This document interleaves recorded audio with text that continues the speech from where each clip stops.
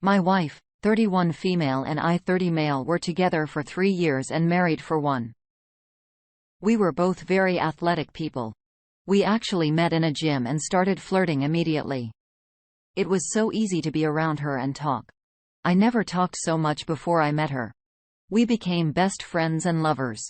When we got married, our parents were just as excited as us. My parents paid for most of our wedding and helped us purchase furniture and things to start off a new gym opened by our house. So we got memberships right away. I was really optimistic and hopeful at this point in my life. I really had no idea how challenging marriage could be. After just 1 year of marriage, it was like the infatuation wore off and we started to get irritated with each other. She felt like I wasn't opening up or communicating enough. But sometimes I just wasn't in the mood to talk. Nothing was bothering me. I just didn't have anything to say. We got through this once by talking things out, acknowledging our differences and promising to focus more on each other's needs instead of our own. Then my wife suddenly started having her gym trainer over to her house twice a week. Her reasoning was that she hit a plateau and bringing the trainer to her would help her to reach her new goals. Well, I wasn't born yesterday. We didn't have weights or machines in her house. I knew our relationship was getting older and my wife was naturally a very flirty woman. I didn't want to be overly controlling and tell her I didn't want him in her house. I just wanted to see what she'd do with this freedom and trust. We had a hired security guard at her home. So I didn't feel overly anxious when I had to go to work. After the second week, she had her trainer at the house. I arrived home and asked him if my wife was behaving. He just shrugged uncomfortably. I asked him what he thought was going on and he said he couldn't give me a fair guess because each time she had the trainer over, she sent him on a break. I was appalled. My wife was dismissing the man that could tell me if she was cheating. I asked if I could pay him extra to keep an eye on my wife, even if he had to lie to her and pretend he was going on break. He agreed. It was nearly summer. So my wife had the side windows of the house open on the day. Our security guard snapped pictures for me. I was at work 4 days after I asked him to watch her when I received them. It was like a slap in the face. I didn't actually expect my wife to be sleeping with her trainer. But my small suspicion and bribery led to the brutal truth. I was being cheated on by a shallow, flirty, sleazy woman that I tried to call my wife. I trusted her and gave her everything I could offer, but it wasn't enough for her to try and live an honorable life with me as her husband. All these thoughts and more rushed through my head as I printed the picture, evidence and drove home from work. I thanked the security guard with a wave the moment before I unlocked and shoved the door open. They must have heard the door unlocking because they quickly got into positions that looked like training with trembling hands and a faltering voice. I showed them the printed pictures of what they just did. Minutes earlier, the trainer's face turned ghostly white. He didn't want me to kill him. So ran out instantly and sped away in his car. My wife dropped her knees. She said this was the first and only major mistake she had ever made in her life. She promised that if I forgave her for this, she would become the perfect example of what a wife should be to her husband. I completely doubted this. But I'm not a very expressive person and the level of emotion I was feeling was too much to bear. I reverted back to spy mode knowing I wouldn't stay married to this woman no matter what she would suffer for this. I told her that only a loyal good wife deserves the things I provided for her, like jewelry, a hairstylist, a car, high-end clothing and shoes, everything. So I packed it all away and locked it in the trunk of my car. It took all day. And my wife was sobbing almost the entire time. Even though she swore to do everything I asked of her, she didn't help me. I think she might have suspected I was going to divorce her. But she was too afraid to ask. She also didn't want to tell her parents anything about what was going on because they raised her right. They wouldn't be dashing to her rescue just because she let another man inside her home. No responsible or honorable woman does that. She slept on the couch for a week without her normal routine or privileges. She actually cleaned a lot in the hopes that would earn my forgiveness while she scrumped the force like Cinderella. I plopped divorce papers down. She really lost it. When she realized none of her begging and sobbing worked on me. She left the house to call her parents. They came and got her, but only long enough to lecture her, buy her some Walmart clothes and bring her back to my house. It was humorous and frustrating at the same time. Eventually the divorce was done through the process. She was sleeping on the couch of her home until she was ordered to leave. She tried asking if she was entitled to half of my business, and the judge laughed at her. He shook his head and told her she had a lot of growing up to do that. She lost a great man and provider because of her actions. She didn't even have enough patience in our marriage to ensure she was entitled to half my business upon divorce. She made it clear that she wasn't very bright and she only thought about herself. I am so sorry. Your wife went behind your back to sleep with her trainer. She brought him to your house while you worked for no reason other than to start an affair. A mature woman would never flirt or put herself in a situation to be alone with another man. Marriage has enough drama and tribulations without unnecessary temptation. Two people with individual minds must be willing to be honest and do everything in their power to have empathy and consideration for the person they married. It's lucky you have a security guard to clue you in on what was happening sooner rather than later. Your wife didn't deserve the life of security and love you had in store for her.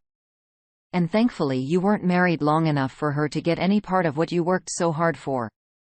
Thank you for sharing your story. I wish you all the best. Now, let's get into our second story for today. My wife and I were married for a long time. She was never very fond of fishing. My father raised me with a fishing rod in hand by the water or on a boat. So she went along with me sometimes. But for the most part, she didn't want me to go. After years of marriage, we learned about compromising. So we let the other person come and go as they pleased.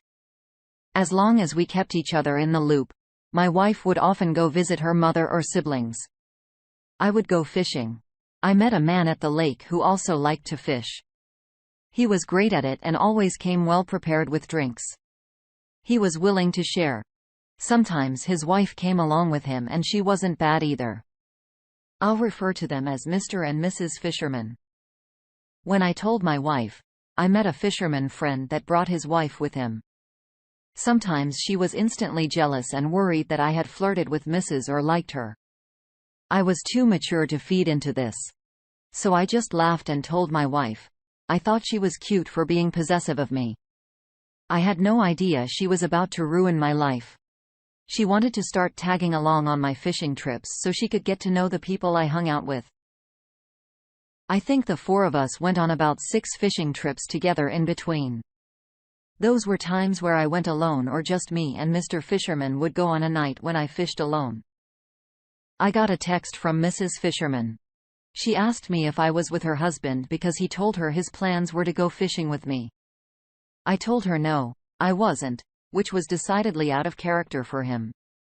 He was usually very true to his word. I waited another hour and 15 minutes before packing up and going home. I was surprised my wife wasn't there. I called her several times with no answer. She returned home after 20 minutes breathless. She said she didn't expect me back so soon and that she'd gone to a Zumba class. This was pretty hard to believe. My wife did Zumba occasionally, but the class never went this late and it was far enough of a drive that she should have caught her breath by now. I wasn't sure how to approach her about it. We've been married for 48 years. So the fact that I was suspicious of her was devastating. I just asked her if she knew where Mr. Fisherman was. As soon as I asked, I felt my phone vibrate with a text. My wife's heart was pounding, but she tried to be as normal as possible as she told me she hadn't seen him. She couldn't look me in the eye. I went upstairs to take a shower and found Mr. Fisherman's hat, puzzled and growing concerned. I could only think the worst. I pulled out my phone and saw the text from Mrs. Fisherman. She said, "Mr. Fisherman just got home and he was acting weird. He said he lost his hat at the lake with me, but she already knew I didn't see him that evening." I sent her a picture of his hat laying on the floor of my bedroom. It was easy to see the bed was made in a hurry. We were disturbed at this point, figuring they must have slept with each other secretly. It was slightly easier to go through this with someone that was experiencing the same betrayal. They'd been married 43 years. I wouldn't wish this on anyone, but surround yourself with people. Talk to people about what you're going through, because I never expected to lose the love of my life to something so needless and avoidable. After we grieved a little, we decided the next logical step would be to catch them in the act. And since we were certain they were seeing each other behind our backs, we went ahead and prepared divorce papers. I was at work 3 days later with divorce papers ready when Mrs. Fisherman texted me saying Mr. Fisherman said he was going fishing, but she didn't believe him. A follow-up text said she went to the lake shortly after he left and he was nowhere in sight. We met outside my house and quietly unlocked the door. We heard noises upstairs, so we ran up with racing hearts and found them having sex. I had to look away while they freaked out and ended the session frantically starting to dress. My wife was already crying. AP just kept saying Mrs. Fisherman's name, staring at her as he dressed, like if he looked away, she'd disappear. They were both realizing how bad they messed up. They were just caught betraying us, the two people who loved and supported them for most of our lives. This level of betrayal and the feeling you get is indescribable. I had no idea how to behave. I was embarrassed. So I just threw the divorce papers at my wife's feet and left. Mrs. Fisherman ran out of the house with her cheating husband, AP falling close behind. They were divorced by the time my wife and I were. We had adult children that were so disappointed in her. Their relationship was never the same. They were as surprised and hurt as I was. She moved into a place 45 minutes away. The rest of her life didn't compare to what she lost. Everything she lived for the past 48 years was gone or tainted. I'm grateful for my kids calling me and keeping me involved with family affairs. Let this be a lesson to all: cheating only brings pain and regret. I can't believe your wife cheated on you with a married friend. You met fishing. It started as something fun and calm to do together with another couple who were also married for a long time. Your ex turned it into an unexpected opportunity to bring distrust and the end of your marriage. It's a shame that they couldn't resist this temptation for the betterment of their relationships and the lives they built with each of you because of this senseless infidelity. Your wife's relationship with her kids has changed for the worse. I'm glad you had support during this and after the fact as well. Do your best to remain hopeful and treat others the way you'd like to be treated. Honesty and compassion are main ingredients in everyday practice in a meaningful, successful marriage. I hope you are able to heal from this. Thank you all for taking the time to listen to today's stories. If you enjoy listening, please feel free to like and subscribe. If you haven't already, also comment below with your thoughts on what happened. If there is a story you would like to share with me about your own situation or someone else's, then please do not hesitate to contact me. Take care.